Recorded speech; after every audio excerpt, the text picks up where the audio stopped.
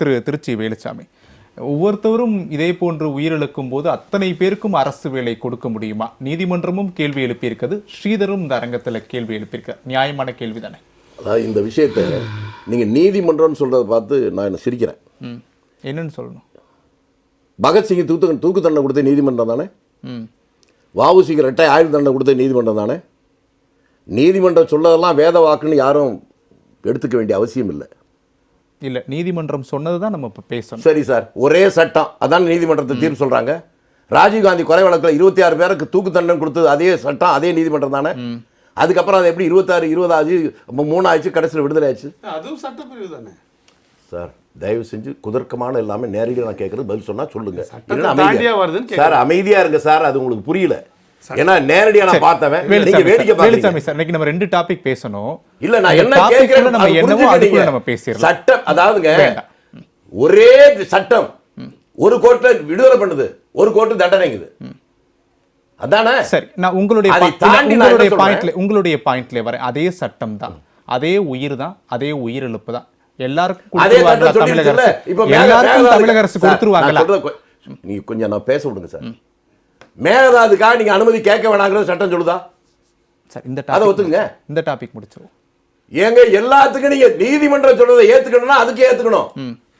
அதனாலதான் சொல்றேன், நியாயத்தின் சமாதிகளை நீங்கள் கண்டதுண்டா? அதற்கு பேர் நீதிமன்றங்கள்.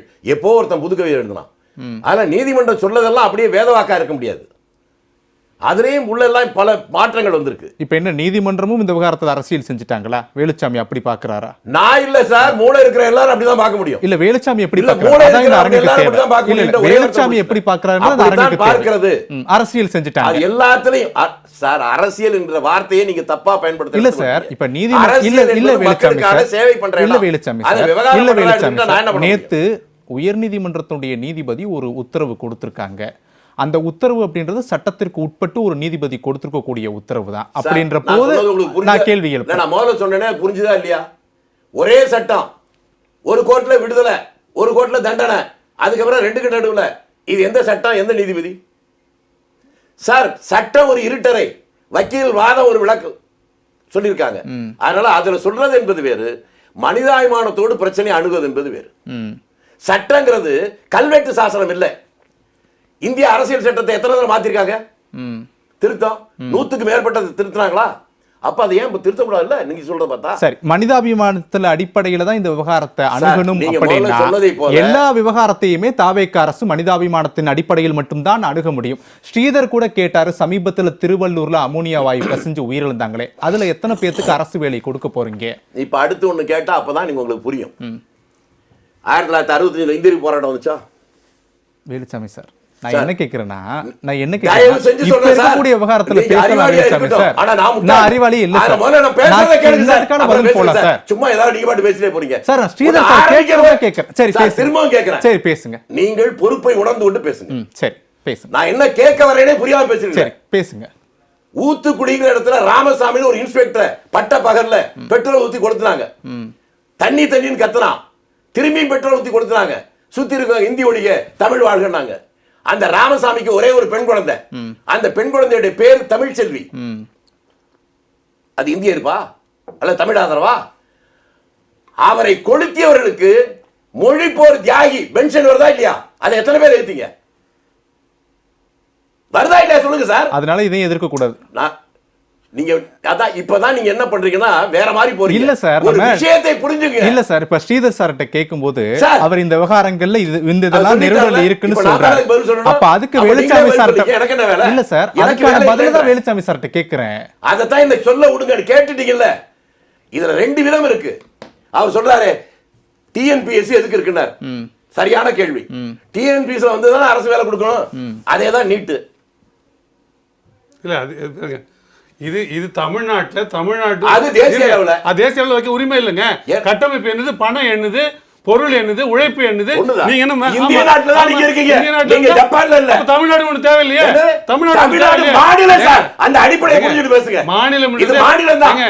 இந்தியா ஒரு யூனியன் ஆஃப் ஸ்டேட்ஸ்ங்க. ஸ்டேட்னா அது உங்க விசுவாசம். ஸ்டேட் ஆமா, நீங்க வேற வேற போராடி வந்தீங்க. ஒண்ணு பண்ணுங்க. எரவடா ஜெயில இருந்து கூட்டியாரு பேசுங்க. என்னைய கூப்பிடுறீங்க? இது என்ன பேச்சு இது? 1967 போறேன், எரவடா ஜெயிலுக்கு போறேன், நான் இந்திய இது என்னங்க பேச்சு? நீங்க அவர்ட்ட நான் கேட்கணும், உங்க நேரத்துக்கு நான் வரேன். அப்படிதான் பேசுறேன். வரலாறு தெரியாதவன் ஒரு சமூக உறுப்பினர் வரலாறு தெரிஞ்சுட்டாங்க. நீங்க கேட்ட கேள்வி நான் பதில் சொல்றேன். நீங்க கேட்ட கேள்வி நான் காலையில ஒண்ணு, மத்தியானம் ஒண்ணு, சாயந்தரம் ஒண்ணு பேசுறேன். பதில் சொல்ல முடியல. இல்ல முடிங்க. சரி முடிங்க. உங்களுக்கு என்னன்னா இது மாதிரி அரசாங்கத்துல இது பேரை கொடுக்க கூடாதுங்கிறது சொல்லலாம். அது அவங்களுடைய உரிமை தான். அதுக்கு தான் சொன்னேன். ஒரே பிரச்சனையை ரெண்டு விதமா பார்க்கிற போது இப்ப மெடிக்கல் காலேஜுக்கு அதுக்கு தனியா டெஸ்ட் வைக்கிறாங்களா இல்லையா? இந்த மாதிரி ஒவ்வொன்றுக்கு இருக்கு. அது போல நீட்டு கொண்டு வந்தாங்க. அதை ஆதரித்தவர் ஒரு பக்கம், எதுக்கிற ஒரு பக்கம். அதுல திருத்த வந்தா போதும் சொல்ற ஒருத்தர், முழுசும் கூடவே கூடாது ஒருத்தர். கருத்துக்கள் பல வகை இருக்கும். இவர் அவர்களுக்கு உதவி பண்ண நினைச்சாரு. அதுல இன்னொன்னு நீங்க தோம்போது சொன்னீங்க, அந்த 41 பேர் சாவுக்கு அவர்களை திருப்திப்படுத்துங்கிற வார்த்தையை பயன்படுத்தினார் ரசிகர்களை. தயவு செய்து அரசியல் அப்படி சொன்னார். அரசியல் செய்ய நினைத்தார்கள் அந்த விவகாரத்தில். ஏங்க அவர் எடுத்து திரும்பி போட்டு பாருங்க. நான் சொன்ன வார்த்தை இல்லைன்னா தூக்கலாம். அதையும் நான் உங்களுக்கு நீங்க அதை திருத்துறீங்க. சரி, அவர் சொன்னாரா இல்லையா? அவருடைய ரசிகர்களை திருப்தி நான் எங்க மறுக்கணும்? ஆமான்னு சொல்றேன். என்ன பல சிக்கல்ற அப்படி திருப்ப போட்டு பார்த்தாலும் நான் ஒத்துக்கிறேன். உங்களுக்கு போட்டு பார்க்கறேன். விவாதமா கொண்டு போலாம்னு நினைக்கிறேன். சரி, ஓகே, முடிச்சிடலாம். அதாவது ஒரு கூட்டத்துக்கு பாதுகாப்பு தர வேண்டியது கட்சியா ஆட்சியா? சரி, ஓகே, நான் அந்த பாயிண்ட் வந்து பேசலாம். திருச்சி வேலுச்சாமி, மேகதாது விவகாரத்துல மத்திய அரசினுடைய பதில கர்நாடகாவில் ஆளும் அரசாக இருக்கக்கூடிய காங்கிரஸும் சரி, இங்க கூட்டணியில் இருக்கக்கூடிய காங்கிரஸும் சரி, எப்படி இந்த விவகாரத்தை பார்க்கிறாங்க? அதுல இருந்தே நான் உங்ககிட்ட பயணிக்கிறேன். அடுத்தடுத்து கேள்விகள் வரலாம். யானையை அதனுடைய வாழை மட்டும் பிடிச்சிக்கிட்டு இதுதான் யானைன்னு புரிஞ்சுக்கிட்டா எப்படியோ அது மாதிரி மேகதாதை மட்டும் பேசுறது. இவர் சொன்னதுல ஒண்ணு உண்மை.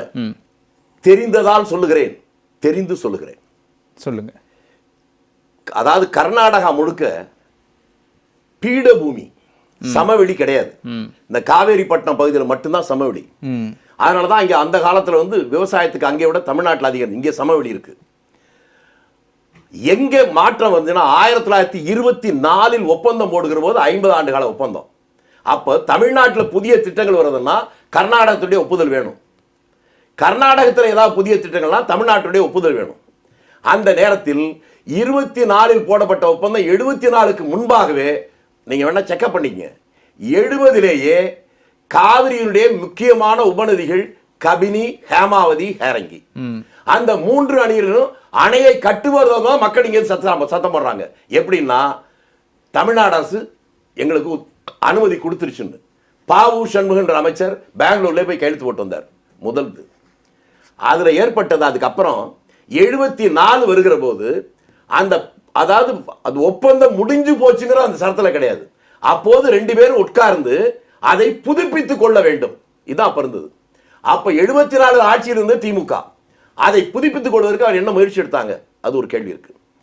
அதற்கப்புறம் இதுக்கு இடையில நாள் போயிட்டே இருக்கிற போது இவர் சொன்னார்ல 177 இப்ப வருதுன்னு சொல்லி, நடுவுல எம்ஜிஆரும் தேவராஜர்ஸும், அங்கே கர்நாடகால தேவராஜர்ஸ், தமிழ்நாட்டில் எம்ஜிஆர், மத்தியில ஜனதா ஆட்சி வருது 77. அப்ப தேவராஜர்ஸ் தான் எம்ஜிஆர் கூப்பிட்டு சொல்றாரு, நம்ம 2 பேருக்கு நடுவில் இருக்கிற ஒரே பிரச்சனை காவிரி பிரச்சனை தான்.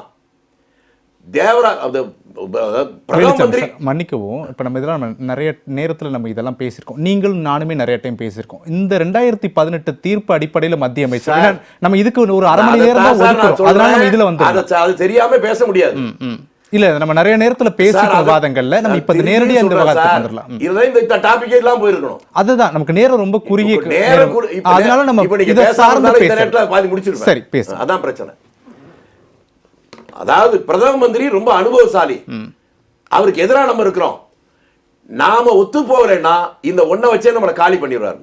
அப்புறம் அவங்க 2 பேரும் உட்கார்ந்து பேசிதான் இவர் சொன்னாரே 177 320 டிஎம்சிக்கு ஒப்பந்தம் எல்லாம் ரெடியாகி கையெழுத்து போடுற போது தான் இங்க இருந்து ஒரு அறிக்கை வந்துச்சு. ஒரு பெருமானார் அறிக்கை கொடுத்தார். 1000 இருந்தாலும் எம்ஜிஆர் மலையாளி தானே, அதனாலதான் தமிழர்களுக்கு துரோகம் பண்ணாரு அப்படின்னு நின்று போச்சு. அதுக்கு பின்னால 89 திமுக ஆட்சி வருகிற போதுதான் திரும்பவும் இது எப்படி வருதுன்னா இவங்களால வரல, மன்னார்குடி ரங்கநாதன் ஒருத்தர் சுப்ரீம் கோர்ட்ல ஒரு கடிதம் போட்டார். சரி. அந்த கடிதத்தின் அடிப்படையில் தான் வழக்கே வருது. அதுல தமிழக அரசு தன்னை இணைத்துக் கொண்டது. சரி. அதற்கு சார் திரும்பி இல்ல வேலுச்சாமி சார், இல்ல மன்னிக்கணும், இல்ல நீங்க என்னைய மன்னிக்கணும். இல்ல போன வாரம் நம்ம இதே மேகதாது நீங்களும் நானும் தான் பேசணும்.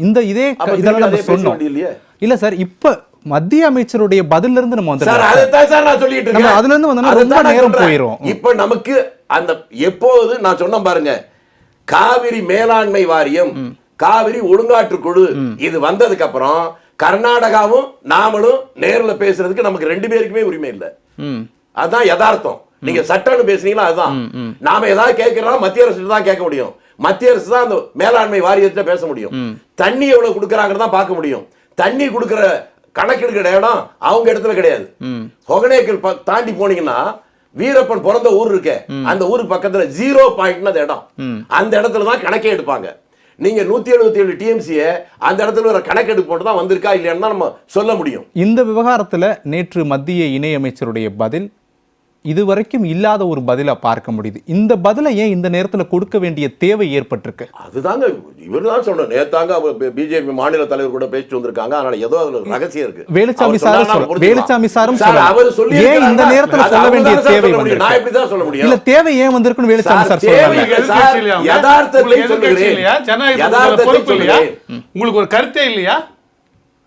நீங்க தான் சொல்றீங்க, நாங்க தான் பேசிட்டு வந்தோம் சொல்றீங்க. உங்க கருத்து நான் சொல்றேன், நீங்க அந்த பாயிண்ட்ல சொல்ல மாட்டீங்க. அந்த பாயிண்ட்ல வாங்க. ரொம்ப தெளிவா இல்ல அவர் கேக்குற கேள்வி நியாயமா தான் இருக்கு. நமக்கும் ஜனநாயக கடமை இருக்கு. நீங்களும் பதில் சொல்லலாம். இல்ல ஜனநாயக கடமை இருக்குல்ல, அந்த அடிப்படையில நம்ம பதில் சொல்லலாம்னு கேக்குறாரு. போய் பேச ஏதாவது வழி கிடைக்குமான்னு பாக்குறாரு. முயற்சி பண்றாங்க. இவர் சொன்னதே சொல்றேன். மத்திய அரசு தான் பொறுப்பு இருக்குன்னா விஜய் போய் என்ன பேச போறாரு? ஒழுங்காற்று குழுக்கு தான் வேலை இருக்குன்னா விஜய் போய் என்ன பண்ணுவாரு? சரி ஓகே. இப்போ இந்த முன்ன கூட ஜெயிக்கல நீங்க. சரி அவர் முடிச்சிட்டாரு. நீங்க வாங்க. நீங்க சொல்லுங்க. முடிச்சிட்டாரு. ஸ்ரீதர் சார். சரி வேலுச்சாமி சார். சார் முயற்சி செய்வது எல்லாருக்கும் இருக்குதான். இதுதான் முடிவுன்னு கிடையாது. முயற்சி நான் முன்னாடியே சொன்ன பாருங்க, சட்டம் என்பதே 100க்கு மேற்பட்ட முறை திருத்தப்பட்டிருக்கு. அந்த முயற்சி பண்ணி இதுல ஏதாவது கிடைக்காதான்னு எதிர்பார்க்கிறது தான் முயற்சி. அது முயற்சி செய்வதே தவறுன்னு சொல்ல முடியாது. ஆனால் இன்றைக்கு இருக்கிற சட்டப்படி மாநில அரசுக்கு உரிமை இல்லைங்கிறதான்.